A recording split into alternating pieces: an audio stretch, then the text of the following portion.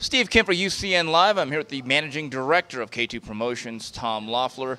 Gennady Golovkin, February 21st. Monte Carlo gets back into action against Martin Murray. Why did Martin Murray make sense in this particular circumstance? It made a lot of sense. We were trying to put the fight together with Martin Murray before. He's got the visa issues where he can't come to the United States, so it wasn't something that we could do on HBO over here in the U.S. We tried to do it in Canada before, but then he signed with Rodney Berman. He's fought in Monte Carlo 2 times. Gennady's fought in Monte Carlo 2 times, and he agreed to the deal at this point. And it's a great fight. It's a great matchup. He's a solid middleweight. He's probably one of the top middleweights. He's the #1 rated in the WBC. He's much bigger than Gennady. He's experienced. He fought Felix Sturm for the world title. He fought Sergio Martinez for the world title. So he's a very dangerous opponent. Tom, let's go back to last year. Right around this time, you guys made the foray into Monte Carlo. HBO did not televise it. I know there's an uproar about that. This time around, was it clear that HBO, come hell or high water, was going to televise this bout? Yeah, and that was part of the conditions. It was, before, because the arena is pretty small, there wasn't a lot of room for the production equipment, and so there were concerns on both sides whether HBO could bring their full crew. In hindsight, I'm sure it could have been worked out last year. This year, we made it clear that HBO is our strategic television partner, so we couldn't fight without HBO being there, and we found a solution. It was a compromise on both sides, and it'll be what the fans want to see. They want to see Gennady Golovkin fight live on HBO here in the U.S., and it'll work out. Talking about the relationship with HBO, it's very rare that a fighter is willing or can fight more than 3 times in a calendar year. That seems to be the stated goal. With that said, does HBO have the budget to support that goal? Well, that's another important part of fighting overseas, is naturally because it's telecast that's not on prime time, and it's not telecast live here from the United States, but it's live from Monte Carlo.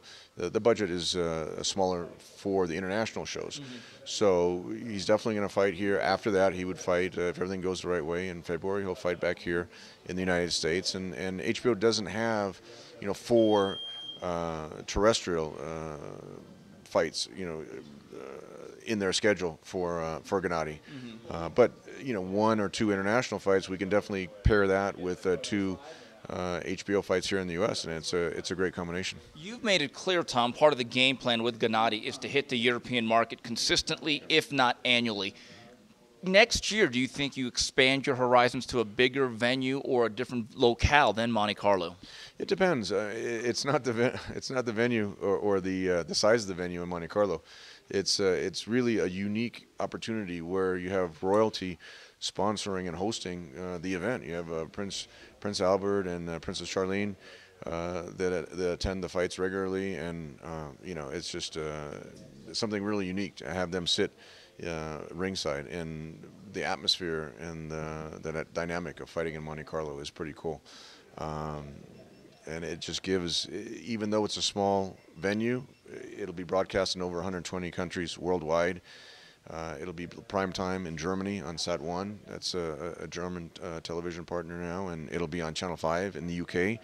on terrestrial TV, so it'll be in millions of households there, and the fight's really caught fire. I mean, here in the United States, but especially in Europe where it's taking place. I mean, it's really taken on a life of its own. Tom Loeffler, the managing director of K2 Promotions and the kind of the brain trust of Gennady Golovkin. I ask you this every time you fight. Compare where you are from a promotional standpoint in terms of market value with Golovkin as opposed to, let's say, 6 to 12 months ago.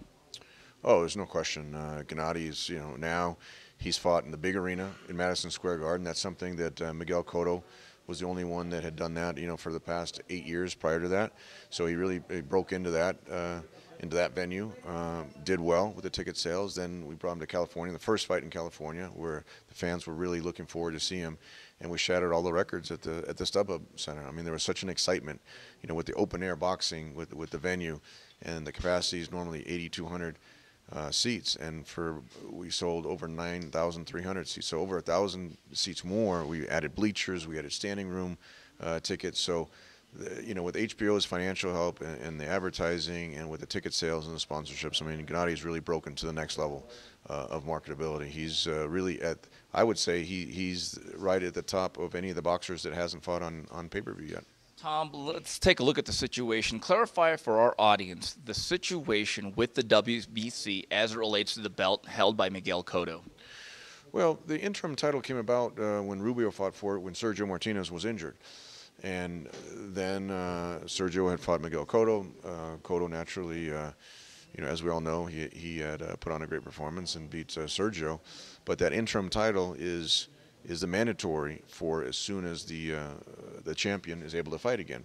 And when Gennady fought Rubio for the interim title, the WBC gave Miguel one voluntary defense before he had to make his mandatory obligation, and that's what's supposed to come up in May now when Miguel's supposed to fight, and then the winner of that fight has to fight the winner of Gennady and Murray, and that's really the strategy on my side. Abel develops the strategy inside the ring. I have to develop the strategy outside the ring because we don't have a lot of willing opponents that'll want to get in the ring with Gennady. So to get a big name like a Miguel Cotto, who's been on pay-per-view a number of times, you have to kind of box them in, and then it's going to be up to either him or whoever he fights, to defend the title or to vacate the title. Tom, the fractured nature of this game, it's so political. I think we're heading to a point where we might have separate leagues of boxing, in essence.